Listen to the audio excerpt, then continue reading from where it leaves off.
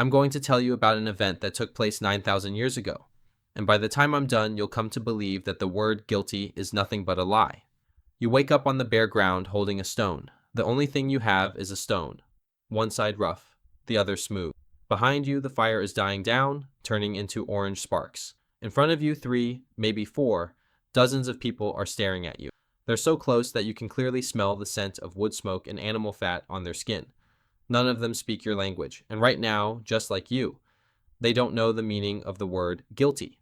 Don't forget to subscribe so you don't miss out on these kinds of stories about building from scratch. The first thing you need to do isn't build a civilization. It's explore your surroundings. What's out there? What's the environment like? Who's dangerous? Who's harmless? You need to analyze everything. Weeks and months go by. Now the tribe gives you a spear. The reason is that they trust you now. In the afternoon, everything changes because of a dead animal. 2 hunters return, dragging a wild boar through the dust. The animal's hide has hardened from the heat. Both are covered in dirt. They share the same problem. Both are shouting, "That animal is mine." One claims his spear struck it first, while the other insists the wild boar was already staggering when he struck it. Of course, there's no judge around at the time. There's no witness anyone trusts either, because the 2 men present are the very same men arguing. There's only a growing circle of onlookers watching out of curiosity and that peculiar silence that settles just before things go wrong. What happens next is an argument that breaks out when one of them shoves the other. Incidents like this happen all the time. There needs to be an end to this, but there isn't. He keeps getting involved in these incidents to protect his cousin. The other man gets hurt. His ribs are bruised from hitting something. By the time it's all over, several people have been injured in the altercation. That wild boar, having been trampled into the ground, will never be eaten. And unfortunately, the hunters also suffered health problems back then because there weren't such good medical practices available. This is the oldest problem your species has ever faced. You didn't die because of a predator, but you were nearly harming each other over a piece of meat, because no one was willing to trust another person's word. But now this will come to an end. The tribe sought a new method, and the method they found was to turn to the group's oldest man whenever a fight broke out. This wasn't because he was the strongest. It was because he had been alive long enough to remember how the last 10 disputes had ended.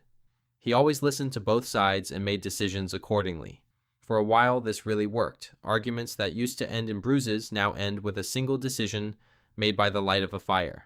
Everyone nods and accepts the situation, because at least someone had made a decision. However, what we call memory has a terrible record-keeping system. 3 months later, a similar argument breaks out. The same accusation, the same circumstances.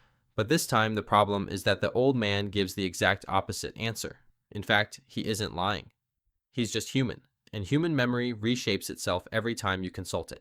Those who lost out because of the first decision realize this, and they complain because they believe these were decisions based on the old man's mood at the time. The greatest thing holding this system together was trust, and that, at that very moment, was shattered. You realize the problem doesn't lie with the judge.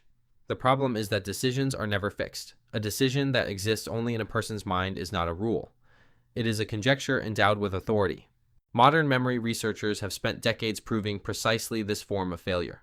Human memory is not a record, but a reconstruction. It is rebuilt slightly differently each time it is recalled. That is why today's courts do not rely solely on memory, and insist on something recorded in writing at that very moment. Your elderly man, however, has no choice. He has only his own mind, and his mind continues to silently rewrite itself. Thus you begin to transform the decisions into something repeatable. This situation has not yet been put into writing.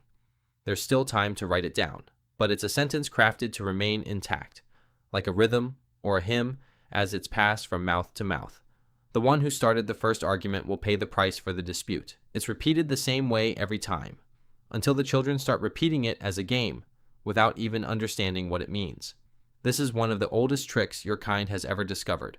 Rhythm ensures it stays in memory. Long before anyone could write a single word, oral cultures encoded all their legal and kinship systems into songs and verses, because forgetting a pattern is harder than forgetting a sentence. Now the tribes are growing. New families are joining. When children can't get along, they turn into adults who aren't even there.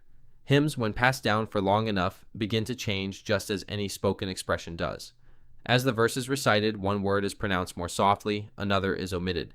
A camp that once housed 2 neighbors from the same group a generation ago now enforces conflicting versions of the same law.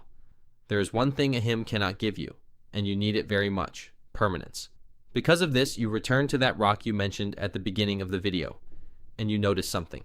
A groove deep enough to withstand the elements cannot be erased, nor can it be misremembered. That's simply impossible. You begin to leave marks and grooves on the stone and wood. A notch for one rule, a longer line for a more serious rule. This is one of humanity's oldest inventions. And you just discovered it. You didn't invent counting, you simply applied it to justice for the first time. If this discovery got you thinking, leave a like. YouTube shows it to more people that way.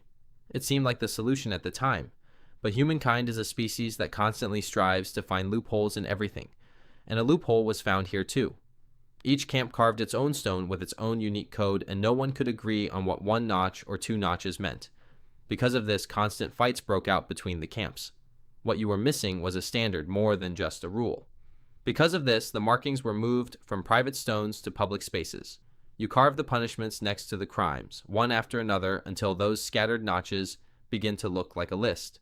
If you harm someone, you lose your place among us. Take a tool and replace it with twice its value.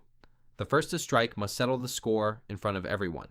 This, in its simplest form, is the exact structure that would later appear carved on the diorite stele of the Code of Hammurabi in Babylon, and which was also seen centuries earlier in the much older Sumerian laws of Ur-Nammu. Crime and punishment were officially paired and hung there for all to see, leaving no room for anyone to claim, "I didn't know." A public list may solve the problem of memory, but humankind never stops finding new problems. The value of a list in one's hand only becomes apparent when someone actually enforces it. And applying this list to one's own brother, one's own friend, in short, to one's own kin, is nearly impossible due to tribal bonds. People begin to turn a blind eye to situations that bother them, because the person making the decision is the very same person with whom they will share their troubles by the fire that very night. What you need, however, is someone whose authority derives entirely from the law, and from nothing else, neither friendship nor blood ties, nor any debt of gratitude between individuals. And so rather than trusting a single person, the tribe creates a role. The one who assumes this role reads the rules aloud at meetings. He rules solely according to the engraved text. If he were to distort the rules, he would be held accountable to the tribe. The law ceases to belong to the person standing closest to him at that moment, and becomes the property of everyone, instantly and permanently, whether they like the ruling or not. You look at the stone tablet, rules and penalties carved side by side. They are read aloud at every meeting, and whatever the decision, it is binding. It took a dead wild boar, a broken rib, a forgetful old man, and families arguing for generations to get to this point. But in the end, the job was done. No one had given it a name. Before Ur-Nammu, before Hammurabi, thousands of years before the word law existed in any language, you invented the first written legal code. This legal system, still standing today, is a distant descendant of that tablet.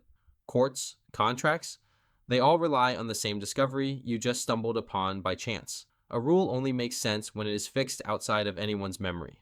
And somewhere in the crowd watching you carve that tablet, someone is asking this question, one that will never disappear from any tribe or any century. What happens on the day the enforcer of the law decides the law does not apply to him? You don't have an answer to this yet, and I don't think you ever will. The reason is that for 9,000 years, no one has had an answer to this question. If you want to see how to make glass from a stone, I'll be waiting for you in the previous video.